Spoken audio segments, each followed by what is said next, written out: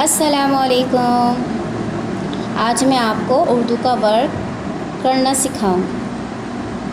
ये उर्दू की अमली किताब है, उर्दू की अमली किताब। आज हम इसका पेज नंबर 3 करेंगे। Page number 3, page number 3।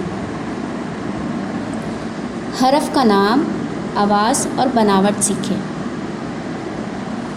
अलिफ है खड़ा, अलिफ है खड़ा, अलिफ है खड़ा। अलिफ से अंगूर, अलिफ से अंगूर। अंगूर का रंग हरा और कत्थई होता है। कत्थई कलर डंडी में करेंगे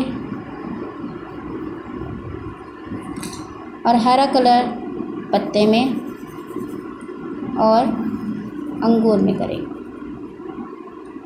अब हम इसे लिखना सीखेंगे,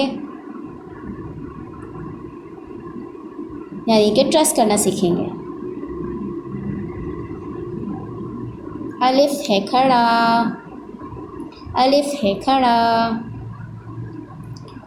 अलिफ से अंगूर, अलिफ से अंगूर, अलिफ से अंगूर, अलिफ से अंगूर। अलिफ से शुरू होने वाले बच्चों को फल खिलाएंगे, जैसे कि अंगूर, अमरूद और अनार। उनका जायका चखाएंगे ताकि बच्चों को पता लगे कि हम बच्चों को क्या सिखा रहे हैं, उन्हें क्या जायका आया है। जज़ाकुमुल्लाहु खैरा।